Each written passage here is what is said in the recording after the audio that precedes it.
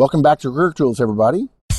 This week, part 2 of choosing a company to work for, chapter 1, factors to consider. Okay, let's talk about opportunities. This is something that I see most people missing because they tend to focus, again, we're talking about company analysis here, but they tend to focus way too much on that first job, on that location, on what salary they're going to get in that first job, and they haven't expanded their scope. So let's talk about opportunity. So you have more opportunities if you're able to stay in a company. Every time you change companies, you lose the network and your reputation and Goodwill. all the things that you've built up. Exactly.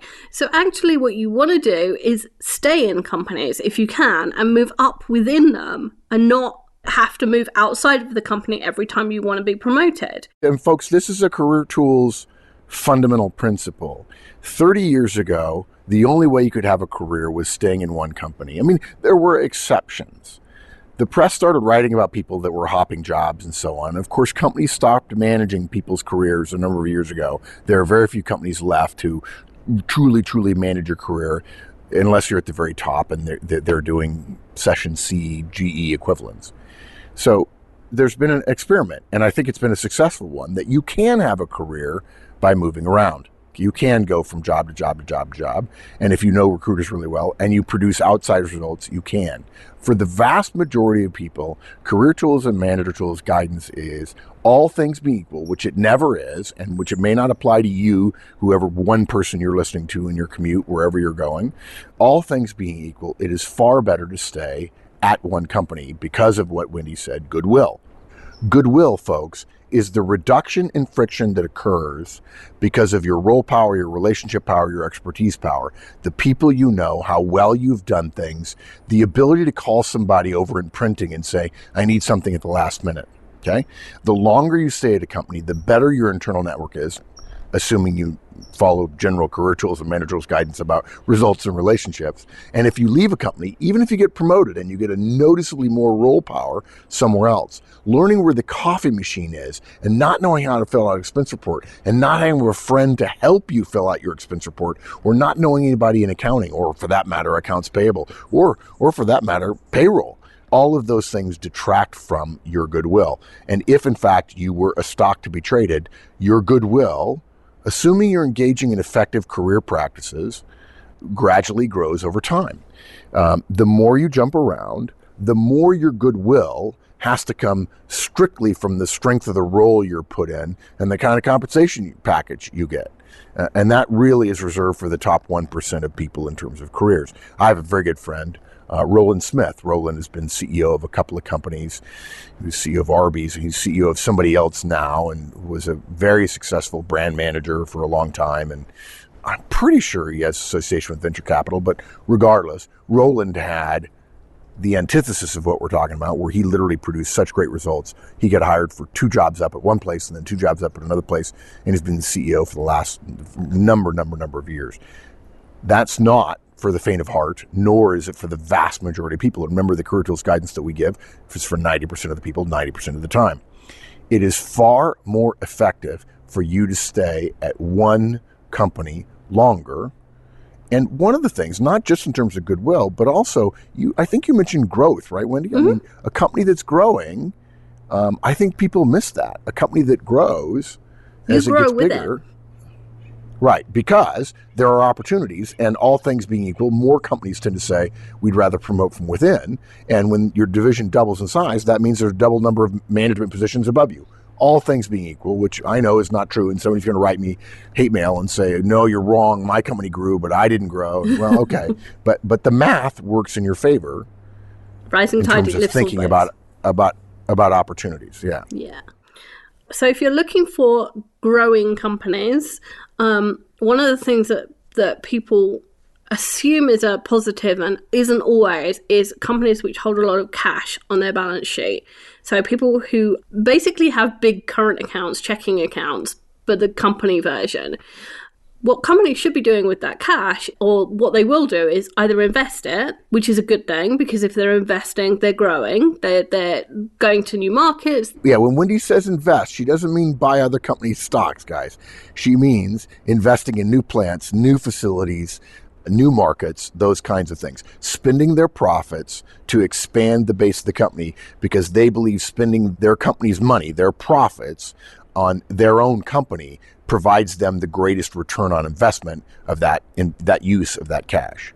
Okay, sorry, Wendy, go ahead. So that's a good thing to look for.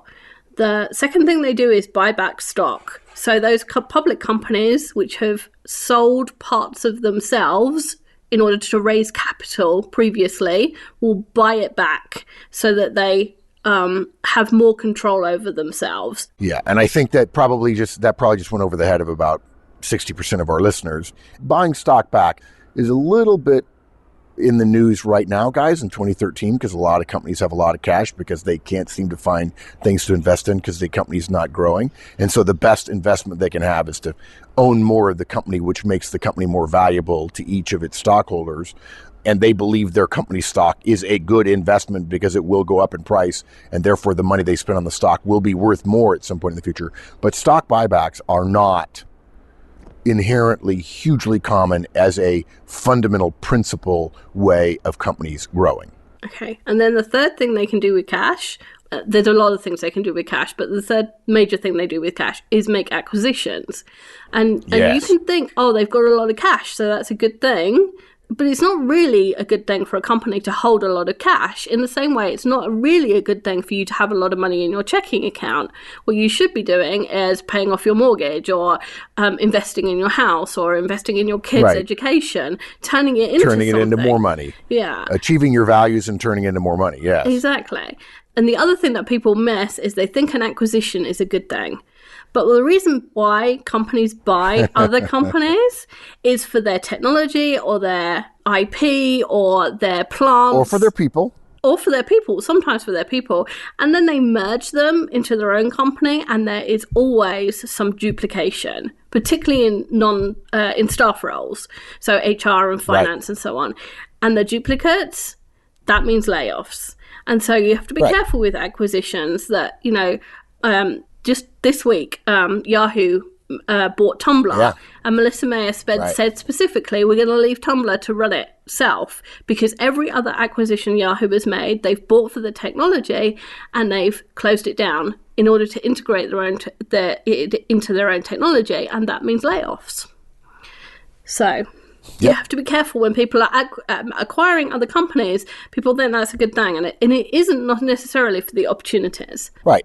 Another point about this relative to opportunities is if you're talking to an executive, what we're trying to do is help you see a way to think differently than just listening to the person who says, you come to work here, it's the sky is the limit. You got so many opportunities. It's so incredible. It's just unbelievable. And there are some companies that work in industries which have become what we call commoditized. In other words, the products that industry tends to sell are hard to differentiate on the basis of quality. And so pricing and service become really important, but margins again become thin.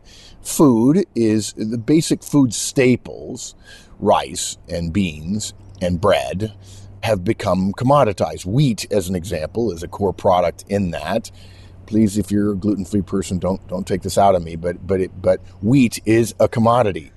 Rice is a commodity. Those things are traded on the commodities trading floors, although I think those floors are going away now.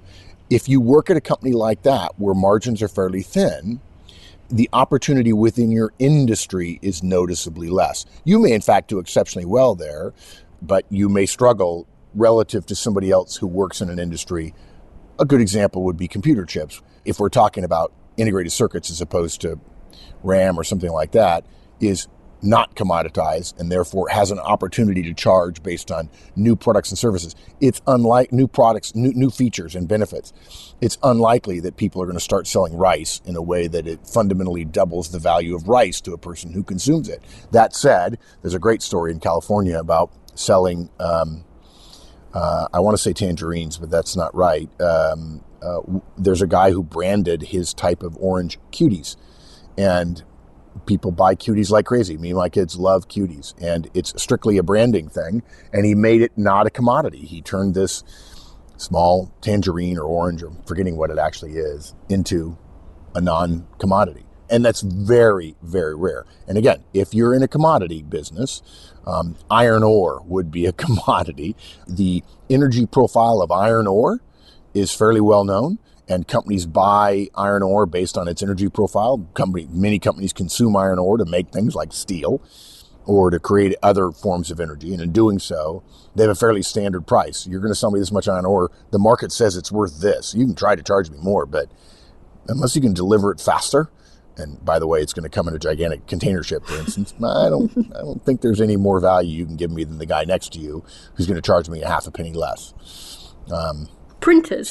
Printers are one thing that we all have, and like everybody's got one now, and they're not much different from each other. They all now have integrated scanners and so on. The margins aren't great on them because the margins are on the ink. So printers are pretty commoditized. Right.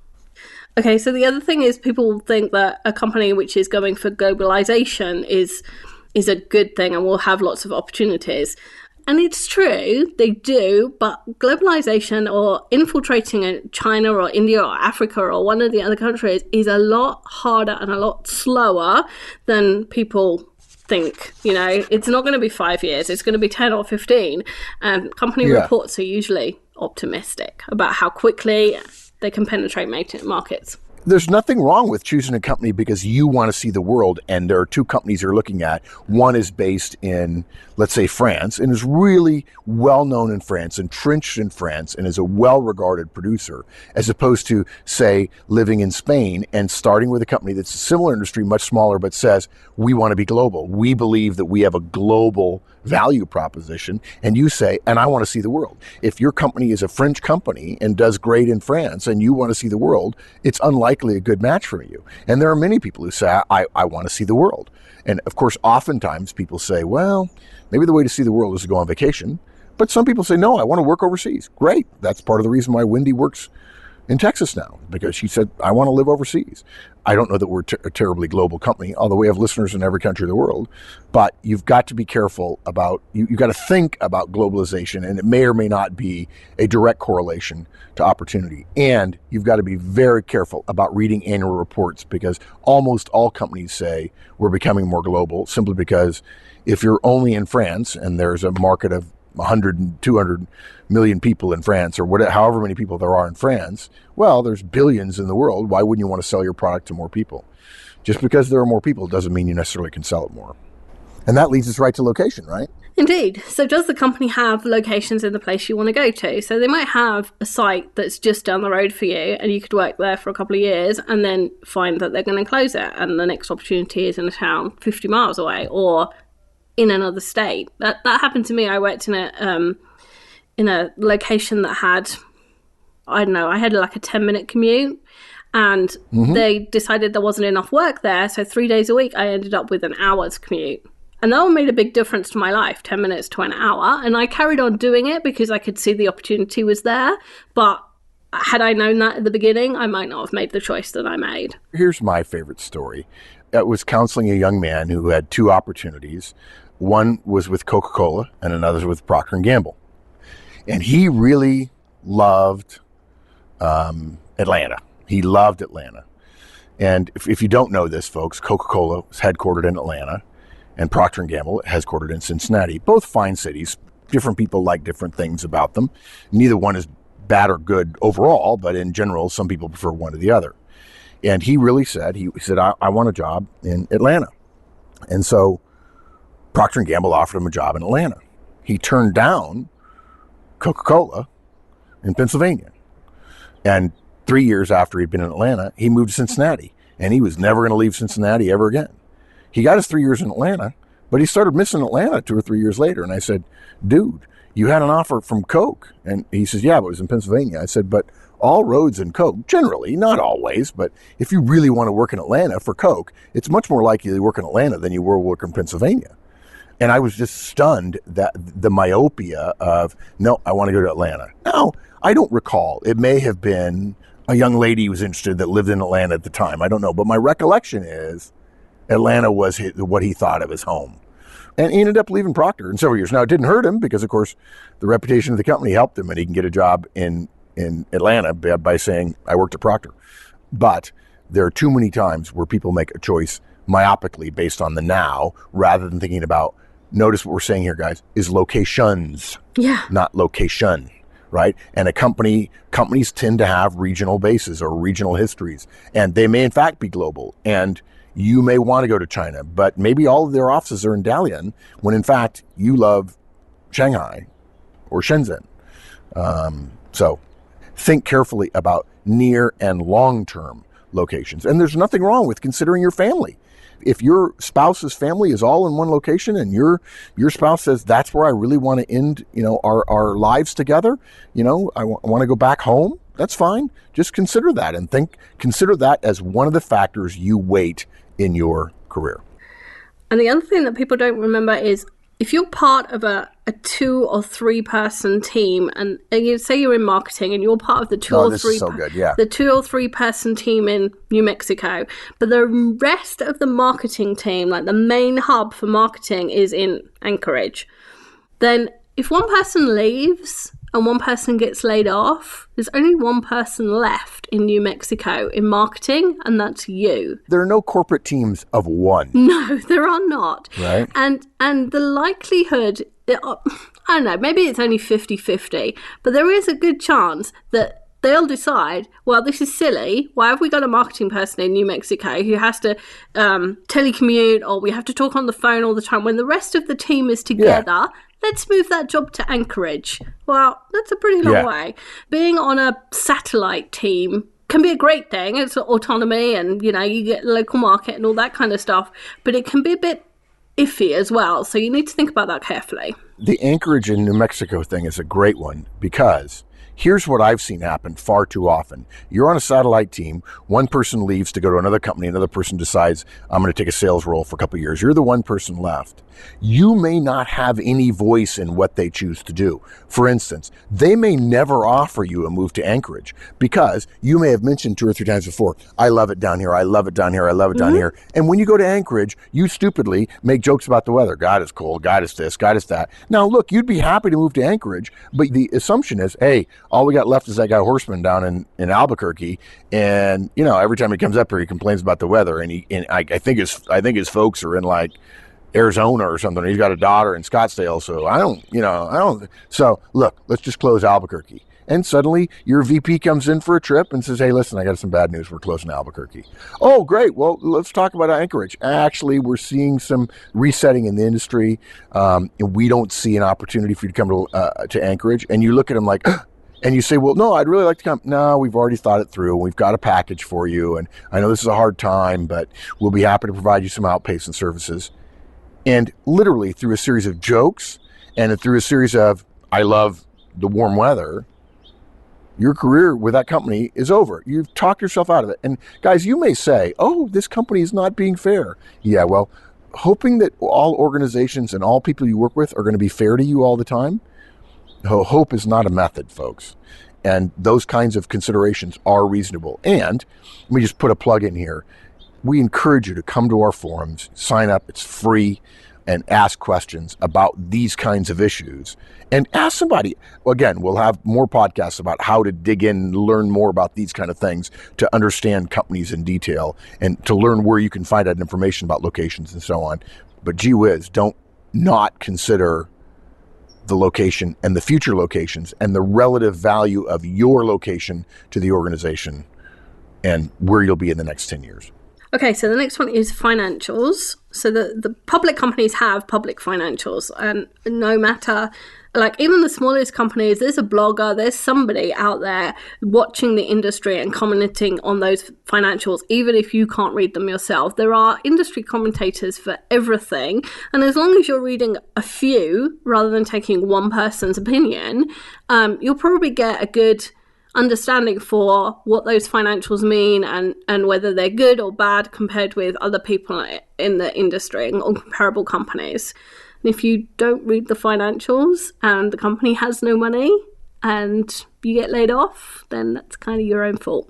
I'm going to be mean. Kind of your own fault. Yeah, I got to say, I'd rather be mean and have people say thank you for being mean than the other way around, than blow smoke at people. And private companies don't have to and generally don't publish their financials. Although I was looking this morning, I thought Mars was privately owned, and It is. there were estimations of its value all over the web, and revenue and all sorts of things. There's a lot of information that people are either guessing or working out. Yeah, and to be fair, if you're talking about a financial person in the banking industry, investment banking, even if it is private, those numbers are fairly accurate. It's one thing to have somebody on a Yahoo message board say, I think they made about 15 billion last year. No, that's not it. But there are all kinds of industry reports and stuff that you can get that are widely available.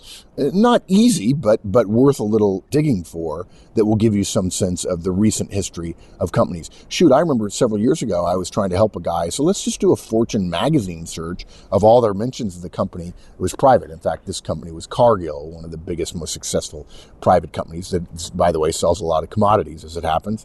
It's in the agricultural food business. And you can get all kinds of information about Cargill simply by piecing together bits and pieces over 10 or 15 or 20 articles over 2 or 3 years. And I'm amazed at the number of people who aren't willing to do it and don't consider financials other than, oh, they're big. That, to me, so the biggest single analysis that I've seen people make is big. Whether it's knowable or not, they don't seem to care. They know that Cargill is big. I think it's a $60 billion, if not an $80 billion company, but it's private. Cargill it's big versus small. And there are big companies that are commoditized and are barely making money. And there are small companies that are growing fast, that have all kinds of margins, that are well capitalized. So it's worth doing some digging. And again, we'll do a future cast in which we explain how to dig. And even smaller companies, really small companies in small towns, like if you really don't want to move from your 10,000 person town, the small companies in small towns, they have really good grapevines in small towns. Everybody knows everybody, and everybody knows something, and everybody knows who just got a new car and a new house and who's spending. And if those are the company owners, that'll tell you a little bit, at least, about their financial position. Yeah, and there are people who are listening right now to you, Wendy, who said, well, that's hard. I'd have to, find out more from the small town. I may have to subscribe to the local paper. Yep. And this is one of the most important professional decisions you'll ever make in your life. And in 10 hours, the amount of information, it's like, well, there's a lot to do. Okay, dedicate a couple of weekends and 2 or 3 hours Saturday, 2 or 3 hours Sunday, a couple hours in the week, and then a couple hours over the next weekend. And you'll have a pretty good idea. And you may learn enough to eliminate one of 4 companies because it's clear that one's a mistake. And now you have less work to do on the other 3. And I'm just amazed at the number of people who just go based on, oh, I know that company. They're good. And okay, our last point was customer base. Mm-hmm. So obviously for any company to survive, to grow, they have to have a solid and preferably growing customer base. So for example, if you think about car seats for children, you'd think, oh, babies are born. There's lots of babies born. The world population's going up. Yeah. So we must be good with car seats. But actually, if you're in Europe, the birth rate is going down, like really fast. Really fast. So making car seats for children in Europe is actually not a growing business, because even though you're not supposed to buy second-hand car seats for your children, you have to buy, you're advised to buy them first-hand, there's less children. And so it's not worth buying them. In some of the fast-growing countries by birth rate, there aren't a lot of cars. So you have to be a little bit more analytical than, oh, there's lots of children, must be good. It's just like food. Everybody needs food, right? So therefore it's not a bad industry. Well, it isn't, but that's the grossest possible analysis, and it's probably not a good one. On the other hand, baby boomers are all reaching retirement age and have disposable income, and they're all traveling and, playing golf and all those kind of things. So you'd think that was a good industry to be in. Health is one of the industries expected to grow quickly in the next 10 years. But a lot of the people are living longer and so working longer. And so the proportion of those people who you could be selling to is lower. Right. So again, it takes more analysis than just the obvious. And folks, we make casts that are going to work 5, 10, 15 years from now, 20 years from now, not things that are only true when we say them. There's been a lot of press. In 2013 and 2012 and 2011, the 2 sectors that are growing the most are healthcare and education. Be careful, Okay, that is not analysis. What some reporter says about the future of your industry is not necessarily accurate, particularly since a lot of reporters don't know anything about the businesses they're covering or don't know how to do industry analysis. Wall Street Journal? Yeah, probably. Economist? Yeah. Financial Times? Probably. Financial Times more so than the Economist. But the reason people are saying healthcare and education is growing is because it's easy to find out how much money the governments are spending on those two things. Yes, there is, at least in the U.S., which has a lot of disposable income, which is a higher percentage of the world's economy than the number of people it represents per capita of the or percentage of the world. In the U.S., part of that healthcare growth, that I ought to have a career in healthcare for the next 20 years, is a function of baby boomers needing more healthcare. People who are getting older, frankly, my age, the next 20, 30 years, and one hopes 50 years, right?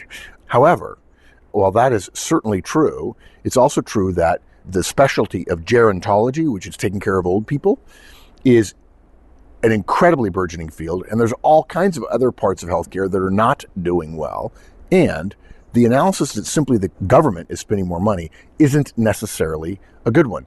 And there is a growing sense that that data, healthcare and education, may in fact be misleading because there's also a coming decline. Now, you only have to think 30 years into the future for your career, but be cautious of believing what the generally accepted, the common wisdom is, because of course wisdom isn't common, and you have to do more digging than just accepting, well, the government's spending more money there, so therefore that should be a growing industry. It may very well be, and you may end up with the government as a customer, which may affect your margins, which may not be good.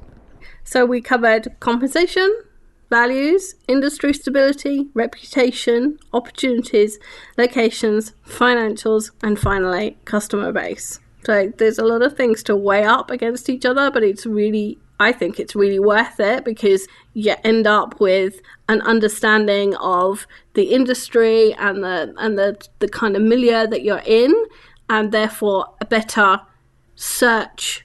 When you're searching for jobs, you understand where's going to be a good job and where's going to be a bad job, not just based on the headline figure of the salary. And I think you take it a step further, folks. This is a fundamentally more analytical and repeatable way to think about a job search and the company you go to work for. If you don't use this technique, but you say, ooh, that's a great job, you don't learn from that's a great job. You just pick the job and you're not thinking more broadly. Every time you do this when you're thinking about a career search, and you're going to have more than one job/career searches in your career, I think that's inevitable, and you're responsible for managing it. The more you do this, the better off you'll get. Further, and I think this is the big one, if you're married, you have to include your spouse in this conversation, and we'll talk about that in a future cast, but listen carefully here.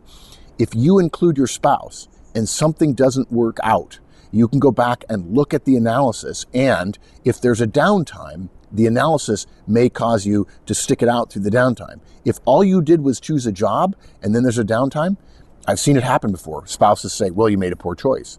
Well, actually, no, honey, I didn't. Let's look at the analysis again. You were involved. The analysis made sense. Right now, this job that we're taking isn't that good, but the opportunities are there. The reputation is there. The industry stability is there. And so this datum is an aberration. If you only choose based on a job, every single datum is a trend. Having an understanding of why you decided it causes you to, in many cases, double down in a bad moment for your company or industry or whatever. It also makes it easier to communicate about the kind of career choices that you make, which affect your entire family. And that's it. I know it was long, but these are the kind of decisions that are important. The decision you make early in your career affects everything later in your career as well. And that's it. Bye, everyone. That's it. Parts 1 and 2 are done. Hopefully it was helpful. Big decision, worth a lot of time, worth understanding how you do it. See you next week.